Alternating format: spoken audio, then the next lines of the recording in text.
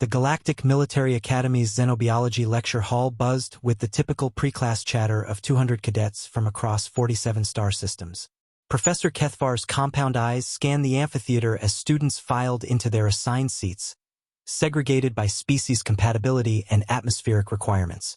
In the human section, a small cluster of only 12 seats, Cadet Sarah Chen sat alone, reviewing her datapad with the same intensity she brought to everything.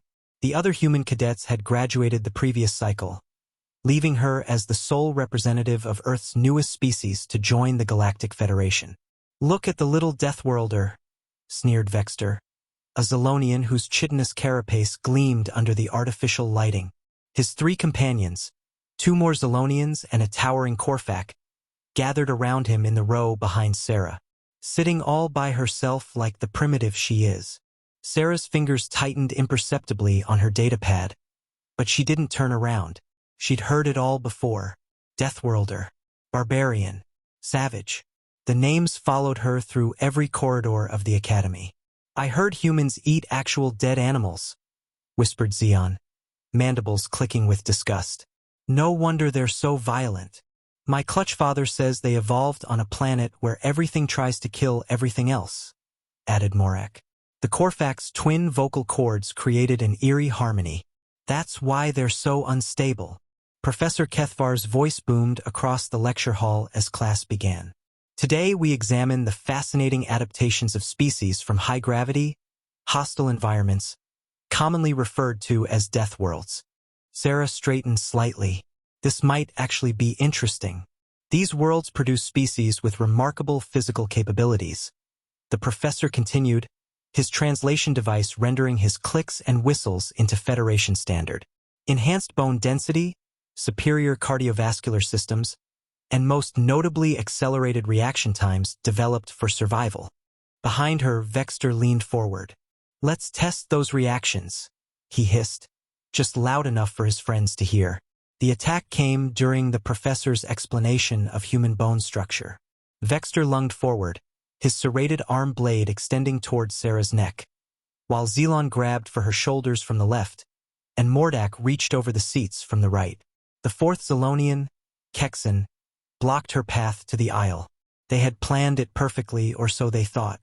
What they hadn't accounted for was that Sarah Chen had been raised in the Australian outback by a former military father, had trained in 3 martial arts since age 6, and possessed the reflexes of a species that had clawed its way to the top of one of the galaxy's most unforgiving food chains. Time dilated the way it always did when Sarah's combat training kicked in. Second 1. She felt Vexter's movement behind her before he'd fully committed to the attack. Her right hand shot backward, catching his wrist and redirecting the blade harmlessly past her head, while her left elbow drove into his thorax with enough force to crack his exoskeleton. Second 3. Using Vexter's now broken arm as leverage, she twisted and rose from her seat, her knee connecting with Xeon's compound eyes. The satisfying crunch told her he'd be seeing double for weeks. Second 5. Morak's massive claws were already reaching for her, but Sarah had expected that. She grabbed Xeon's stunned form and used him as a pivot point, swinging her legs up and around to catch the Corfac in the throat with both feet. Despite his size advantage, physics was physics. The blow crushed his dual vocal cords and sent him toppling backward over the seats. Second 8. Kexan, panic overriding his hunting instincts, charged from her left. Sarah sidestepped, grabbed his antenna-like sensory organs, and used his own momentum to drive his face into the lecture hall's reinforced wall. The metallic clang echoed through the suddenly silent amphitheater. Second 12. Sarah stood in the wreckage of her seating row, breathing normally, her uniform barely wrinkled. Around her, for cadets writhed in various states of injury and unconsciousness. The lecture hall was dead silent except for the groans of the wounded. 200 pairs of eyes, compound, multifaceted and otherwise, stared at the small human who had just dismantled 4 larger opponents in the time it took most species to process a threat. Professor Kethvar's translator struggled with what might have been a curse in his native tongue. Medical teams to lecture Hall 7.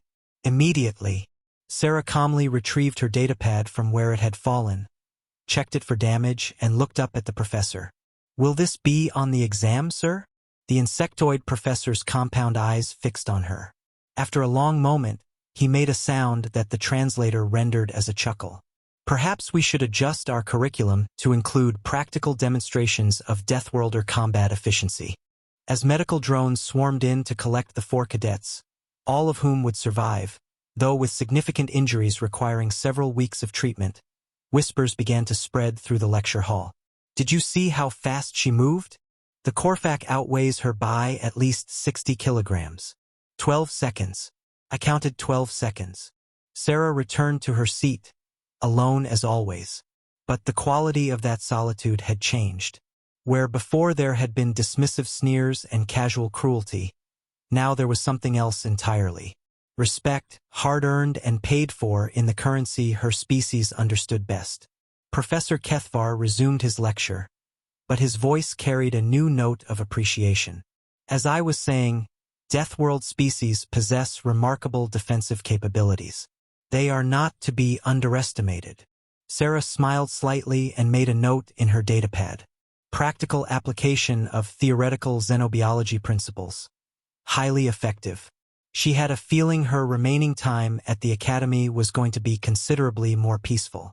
After all, word traveled fast in a space station, and the story of the Deathworlder cadet who had sent 4 attackers to the infirmary in 12 seconds would be told in a dozen languages by dinner time. Sometimes, Sarah reflected, the best diplomacy came from a position of strength. And if there was one thing humans excelled at, it was making their strength abundantly clear when the situation called for it. The galaxy was learning, one broken mandible at a time.